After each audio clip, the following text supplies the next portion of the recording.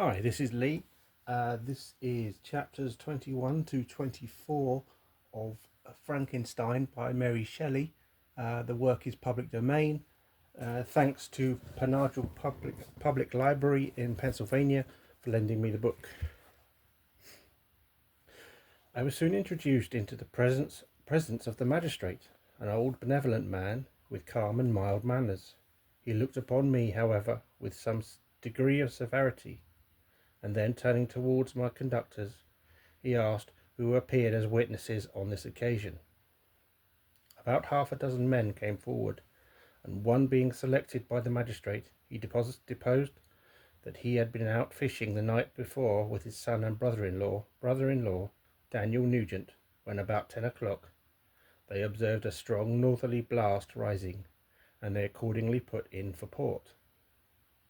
It was a very dark night, as the moon had not yet risen. They did not land at the harbour, but as they had been accustomed, at a creek about 2 miles below. He walked on first, carrying a part of the fishing tackle, and his companion followed him at some distance. As he was proceeding along the sands, he struck his foot against something, and fell at his length on the ground. His companions came up to assist him, and by the light of their lantern he found that he had fallen on the body of a man who was to all appearance dead.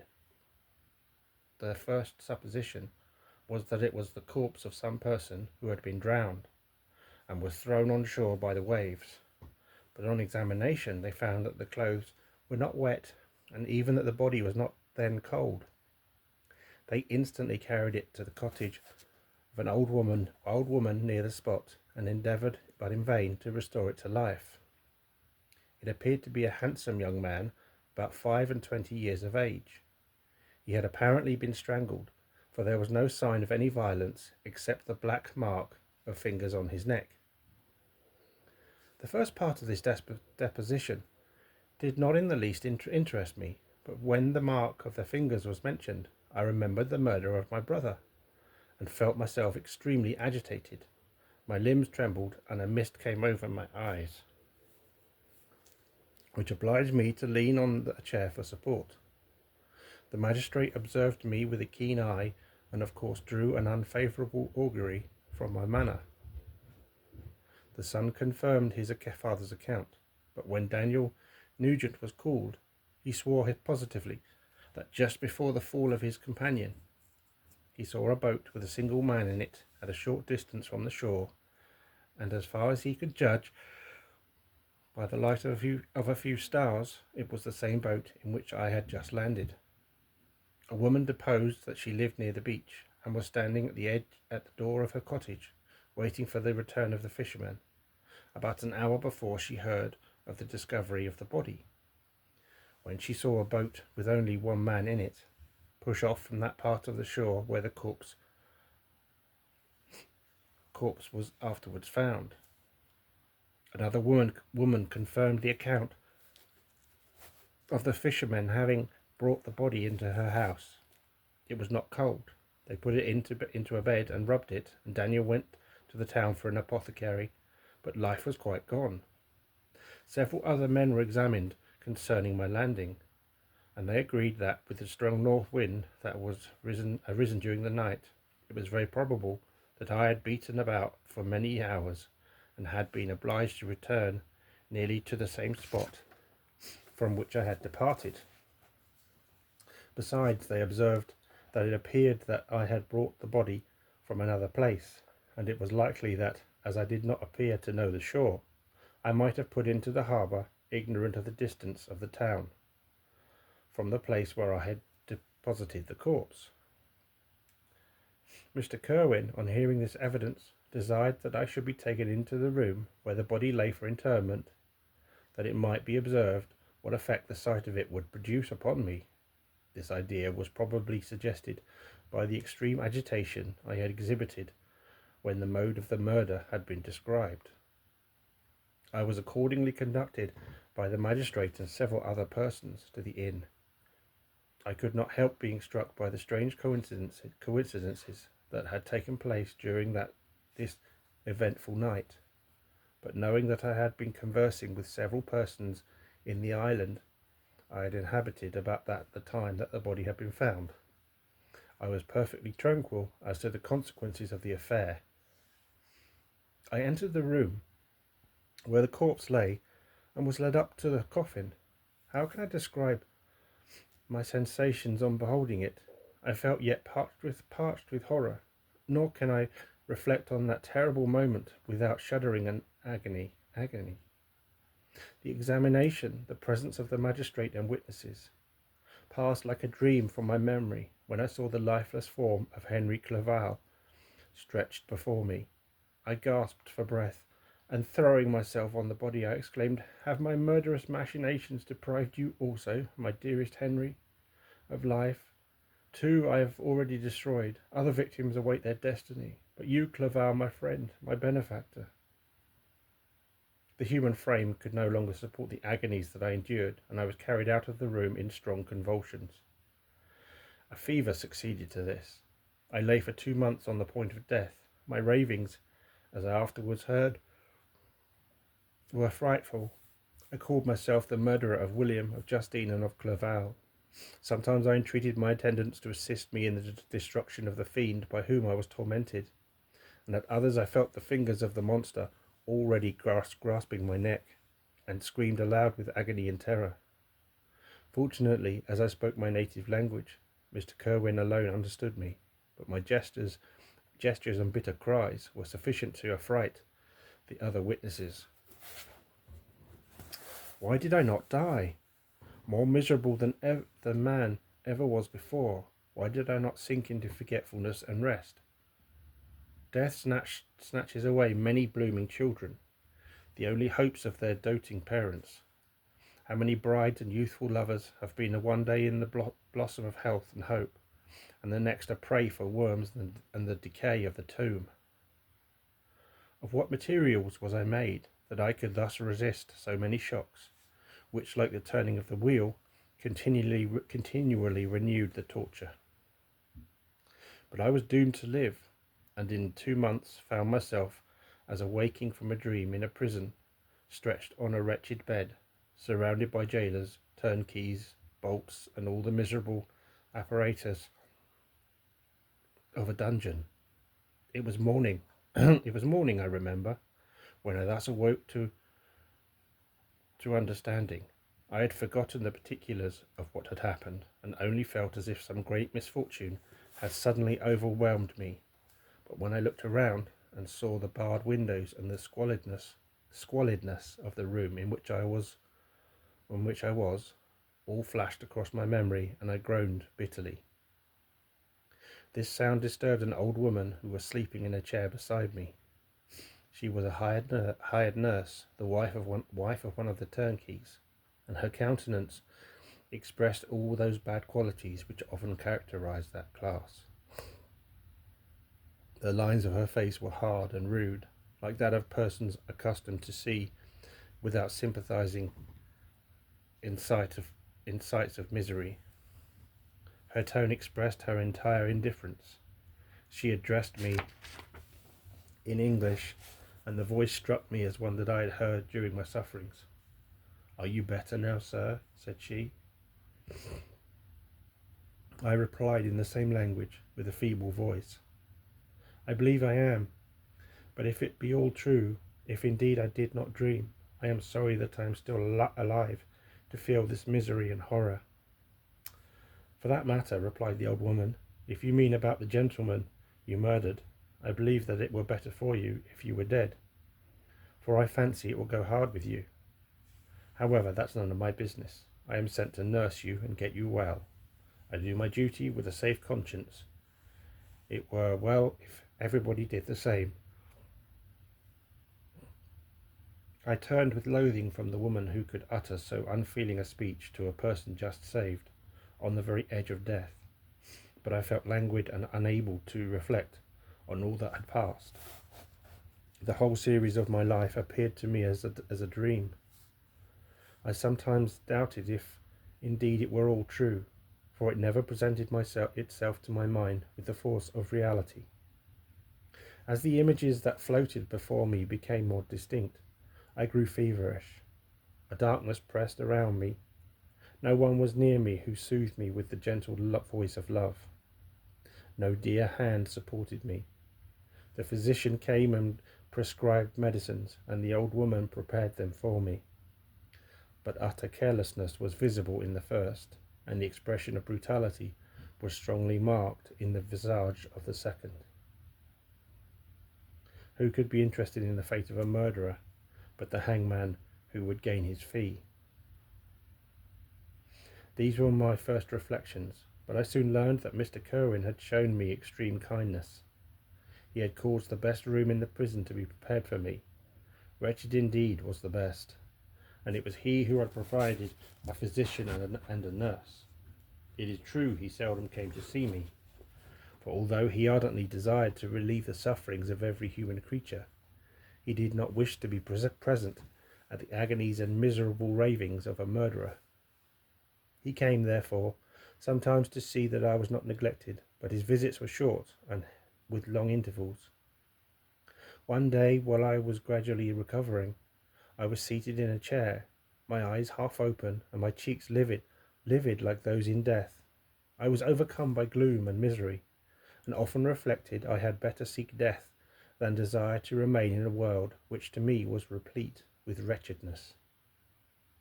At one time I considered whether I should not declare myself guilty and suffer the penalty of the law, less innocent than poor Justine had been. Such were my thoughts when the door of my apartment was opened and Mr. Kerwin entered.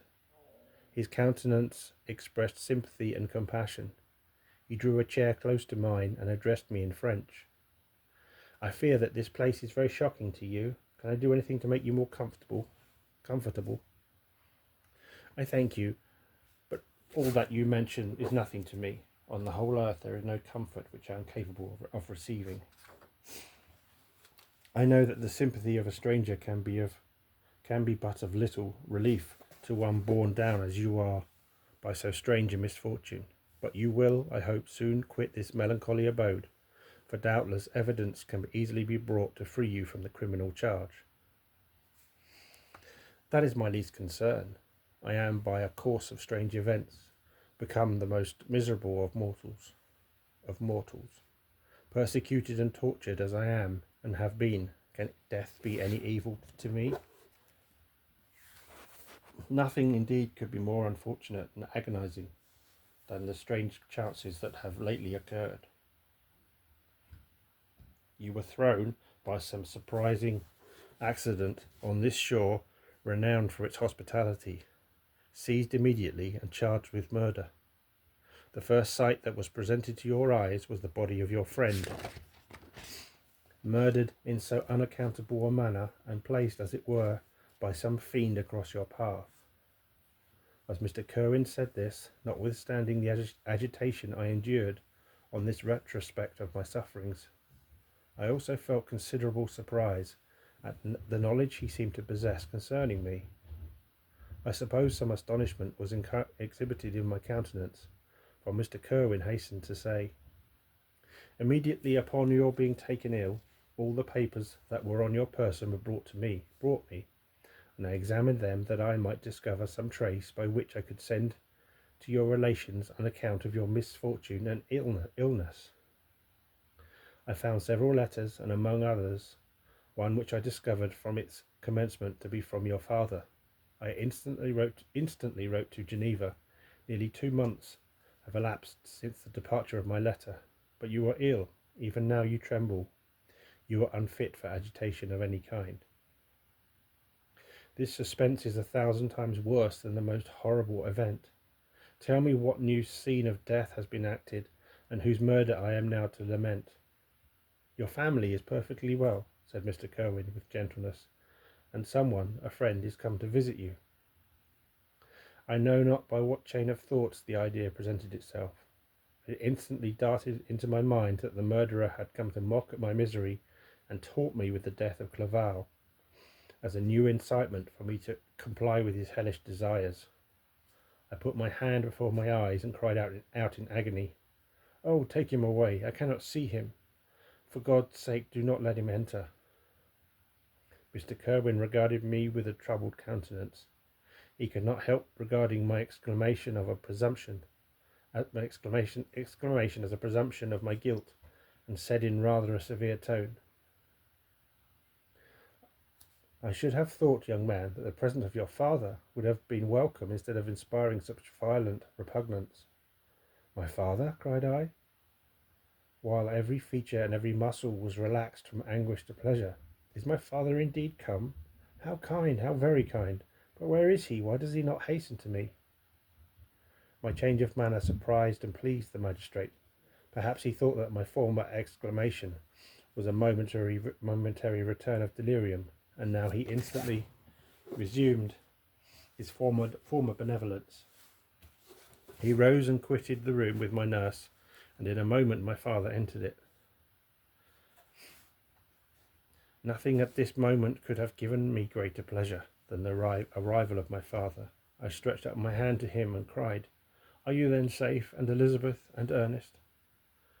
My father calmed me with assurances on their welfare, and endeavoured, by dwelling on these subjects, so interesting to my heart, to raise my desponding spirits. But he soon felt that a prison cannot be the abode of cheerfulness. "What a place is this that you inhabit, my son?" said he, looking mournfully at the barred windows and wretched appearance of the room. "You travelled to seek happiness, but a fatality seems to pursue you. And poor Clerval," the name of my unfortunate and murdered friend, was an agitation too great to be endured in my weak state. I shed tears. "Alas, yes, father," replied I, "some destiny of the most horrible kind hangs over me, and I must live to fulfil it, or surely I should have died in the coffin of Henry."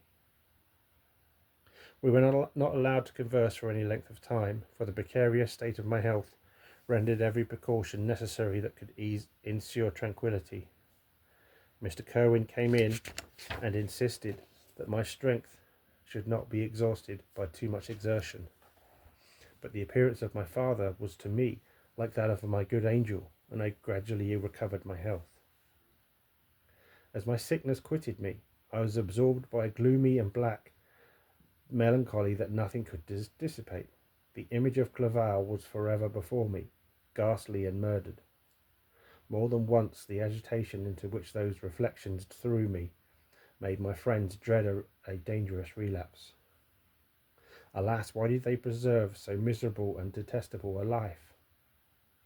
It was surely that I might fulfil my destiny, which is now drawing to a close. Soon, oh very soon, will death extinguish these throbbings and relieve me from the mighty weight of anguish that bears me to the dust. And in executing the award of justice, I shall also sink to rest. Then the appearance of death was distant, although the wish was ever present to my thoughts, and I often sat for hours, motionless and speechless, wishing for some mighty revolution that might bury me and my destroyer in its ruins. The season of the assizes approached. I had already been 3 months in prison, and although I was still weak and in continual danger of a relapse, I was obliged to travel nearly 100 miles to the county town where the court was held. Mr. Kerwin charged himself with every care of collecting witnesses and arranging my defence. I was spared the disgrace of appearing publicly as a criminal, as the case was not brought before the court that decides on life and death. The grand jury rejected the bill on its being proved that I was on the Orkney Islands at the hour the body of my friend was found, and a fortnight after my removal I was liberated from prison. My father was enraptured on finding me freed from the vexations of a criminal charge, that I was again allowed to breathe the fresh atmosphere and permitted to return to my native country. I did not participate in those feelings, for to me the walls of a dungeon or a palace were alike hateful.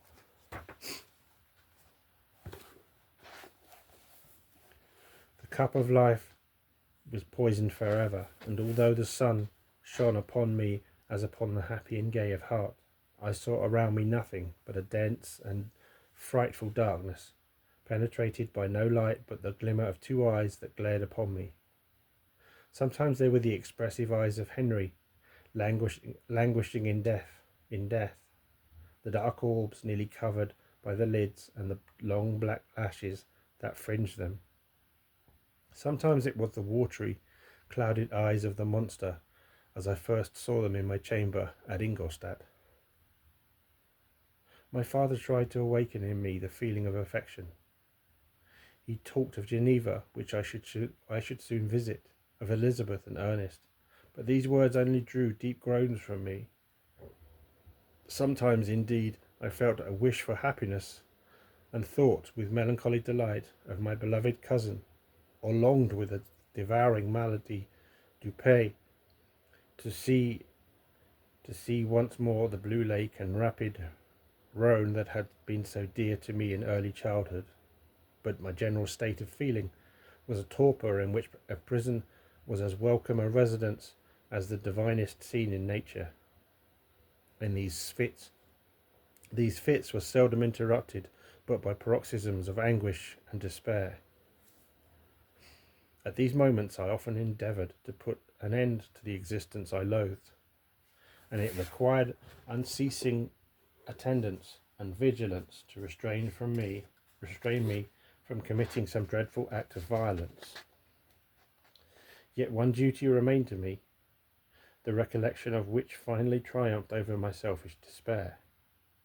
It was necessary that I should return without delay to Geneva, there to watch over the lives of those I so fondly loved, and to lie in wait for the murderer, that if any chance led me to the place of his concealment, or if he dared again to blast me by his presence, I might with unfailing aim put an end to the existence of the monstrous image which I had endued with the mockery of a soul still more monstrous. My father still desired to delay our departure, fearful that I could not sustain the fatigues of a journey, for I was a shattered wreck, the shadow of a human being. My strength was gone, I was a mere skeleton, and fever, night and day, preyed upon my wasted frame. Still, as I urged our leaving Ireland with such inquietude and impatience, my father thought it best to yield. We took our passage on board a vessel bound for Havre de Grace, and sailed with a fair wind from the Irish shores. It was midnight. I lay on the deck looking at the stars and listening to the dashing of the waves. I hailed the darkness that shut Ireland from my sight, and my pulse beat with a feverish joy when I reflected that I should soon see Geneva. The past appeared to me in the light of a frightful dream, yet the vessel in which I was, the wind that blew me from the detestable shore of Ireland, and the sea which surrounded me, told me too forcibly that I was deceived by no vision, and that Clerval, my friend and dearest companion, had fallen a victim to me and the monster of my creation. I repassed in my memory my whole life, my quiet happiness, while residing with my family in Geneva, the death of my mother, and my departure for Ingolstadt. I remembered, shuddering, the mad enthusiasm that hurried me on to the creation of my hideous enemy, and I called to mind the night in which he first lived. I was unable to pursue the train of thought. 1,000 feelings pressed upon me, and I wept bitterly.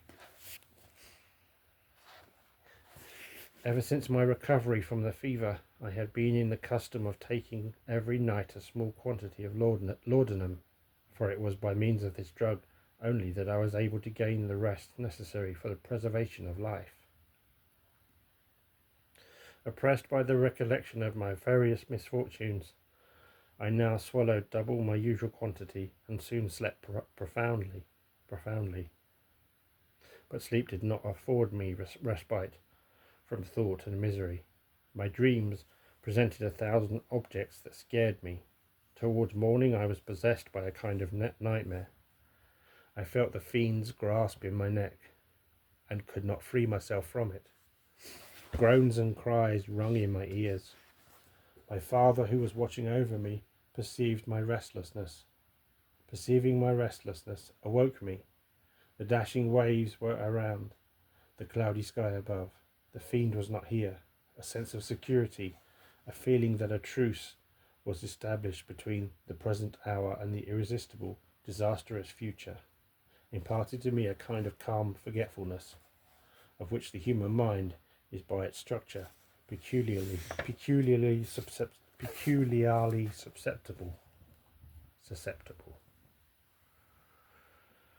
The voyage came to an end. We landed and proceeded to Paris. I soon found that I had overtaxed my strength, that I must repose before I could continue my journey. My father's care and attentions were indefatigable, but he did not know the origin of my sufferings, and sought erroneous methods to remedy the incurable ill. He wished me to seek amusement in society. I abhorred the face of man. Oh, not abhorred.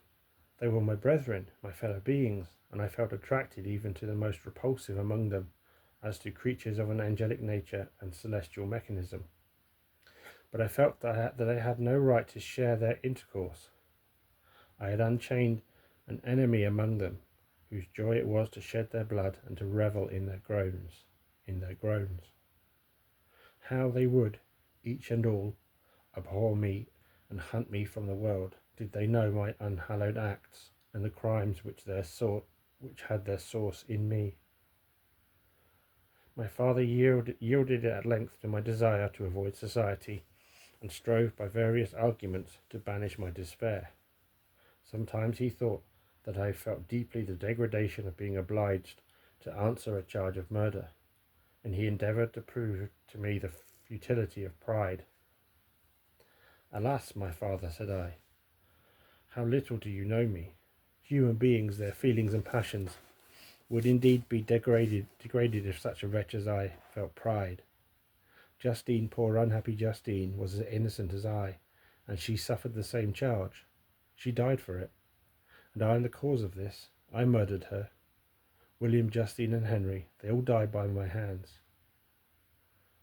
My father had often, during my imprisonment, heard me make the same assertion.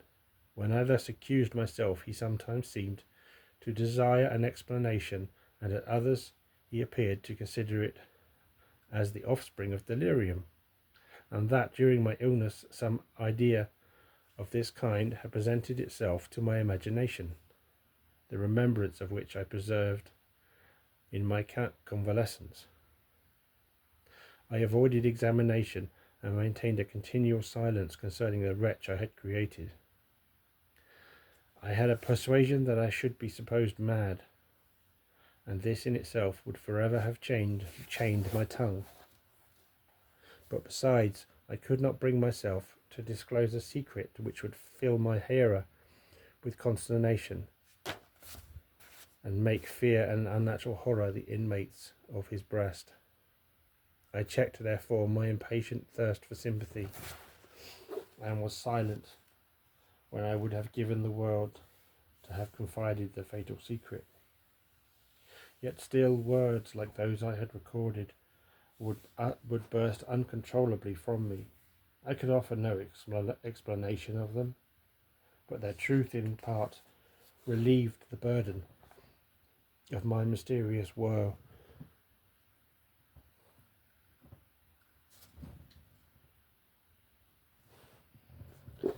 Upon this occasion my father said with an expression of unbounded wonder, "My dearest Victor, what infatuation is this? My dear son, I entreat you never to make such an assertion again." "I am not mad," I cried energetically. "The sun and the heavens, who have viewed my operations, can bear witness to my truth. I am the assassin of those most innocent victims. They died by my machinations. 1,000 times would I have shed my own blood, drop by drop, to have saved their lives, but I could not, my father. Indeed, I could not sacrifice the whole human race." The conclusion of this speech convinced my father that my ideas were deranged, and he instantly changed the subject of our conversation and endeavoured to alter the course of my thoughts. He wished as much as possible to obliterate the memory of the scene that had taken place in Ireland, and never alluded to them, or suffered me to speak of my misfortunes. As time passed away, I became more calm. Misery had her dwelling in my heart, but I no longer talked in the same incoherent manner of my own crimes. Sufficient for me was the consciousness of them. By the utmost self-violence, I curbed the imperious voice of wretchedness, which sometimes desired to declare itself to the whole world, and my manners were calmer and more composed than they had ever been since my journey to the Sea of Ice. A few days before we left Paris on our way to Switzerland, I received the following letter from Elizabeth. My dear friend, it gave me the greatest pleasure to receive a letter from my uncle dated at Paris. You are no longer at a formidable distance, and I may hope to see you in less than a fortnight. My poor cousin, how much you must have suffered. I expect to see you looking even more ill than when you quitted Geneva. This winter has been passed most miserably, tortured as I have been by anxious suspense. Yet I hope to see peace in your countenance, and to find that your heart is not totally void of comfort and tranquillity. Yet I fear that the same feelings now exist that made you so miserable a year ago, even perhaps augmented by time. I would not disturb you at this period, when so many misfortunes weigh upon you, but a conversation that I had with my uncle previous to his departure renders some explanation necessary before we meet. Explanation, you may possibly say. What can Elizabeth have to explain? If you really say this, my questions are answered and all my doubts satisfied.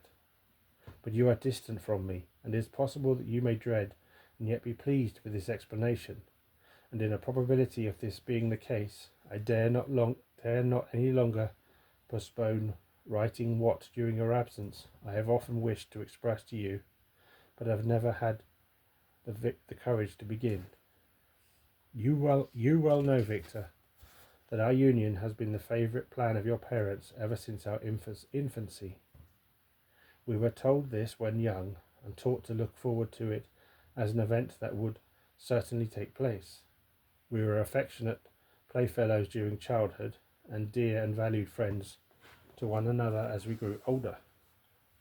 But as brother and sister often entertain a lively affection towards each other without desiring a more intimate union, may not such also be our case? Tell me, dearest Victor, answer me, do I conjure you by our mutual happiness with simple truth? Do you not love another? You have travelled. You have spent several years of your life at Ingolstadt, and I confess to you, my friend, that when I last saw you last autumn so unhappy, flying to solitude from the society of every creature, I could not help supposing that you might regret our connection, and believe yourself bound in honour to fulfil the wishes of your parents, although they opposed themselves to your inclinations. But this is false reasoning. I confess to you, my friend, that I love you, and that in my airy dreams of futurity you have been my constant friend and companion.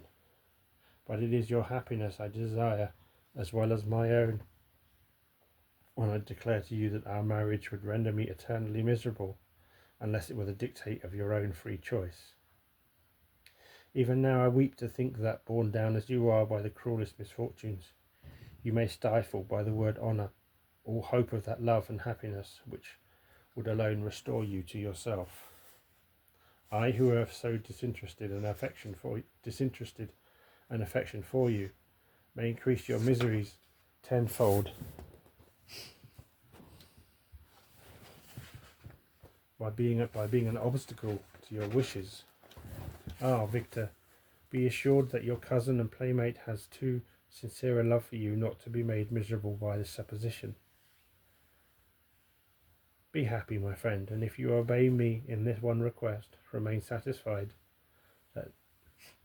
that nothing on earth will have the power to interrupt my tranquillity. Do not let this letter disturb you. Do not answer tomorrow or the next day, or even until you come, if it will give you pain. My uncle will send me news of your health, and if I see but one smile on your lips when we meet, occasioned by this or any other exertion of mine, I shall need no further happiness. Elizabeth Lavenza, Geneva, May 18th, 17 dash. This letter revived in my memory what I had before forgotten, the threat of the fiend. I will be with you on your wedding night.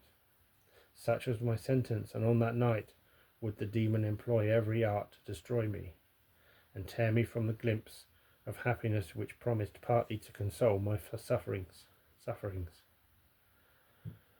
On that night he had determined to consummate his crimes by my death. Well, be it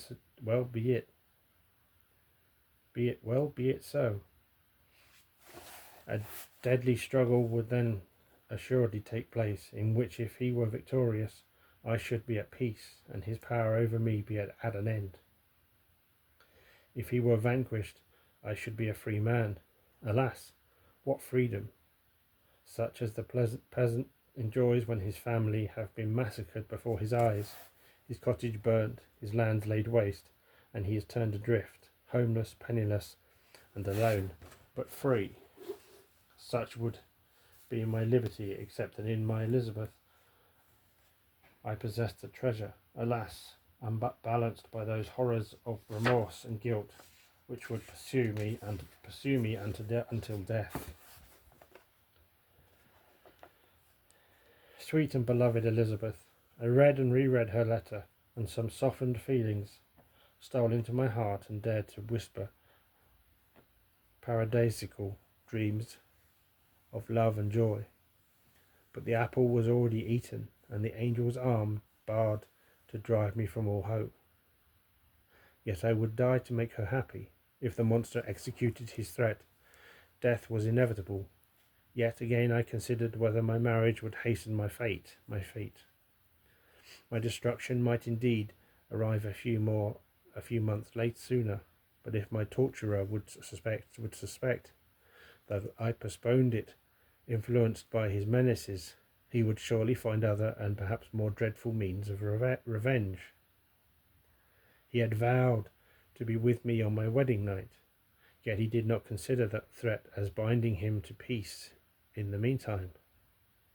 For, as if to show me that he was not yet satiated with blood, he had murdered Clerval immediately after the enunciation of his threats.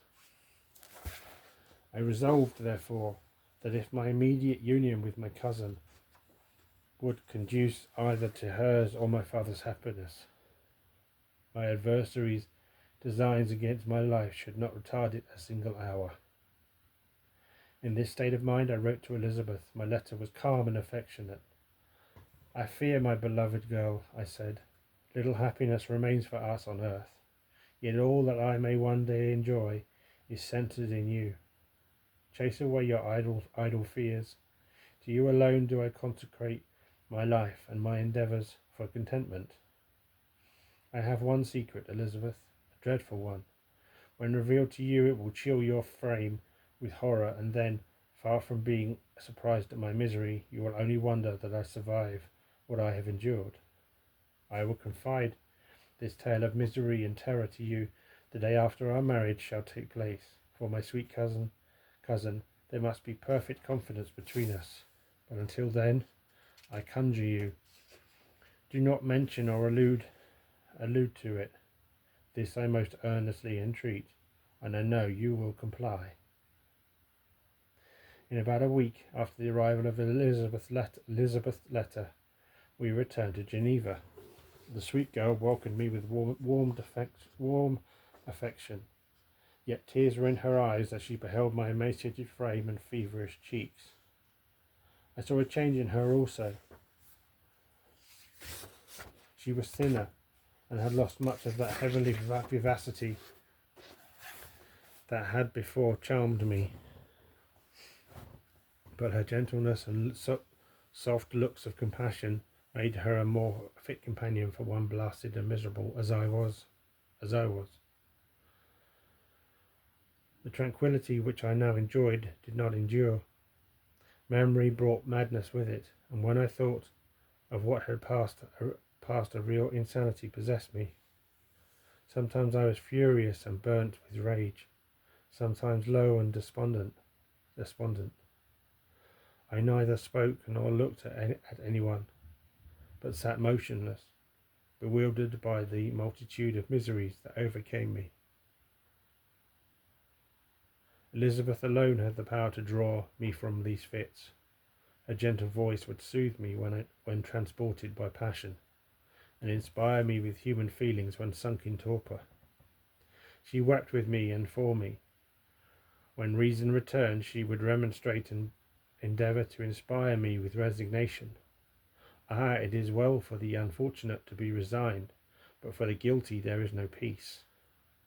The agonies of remorse poison the luxury there is otherwise sometimes found in indulging the excess of grief.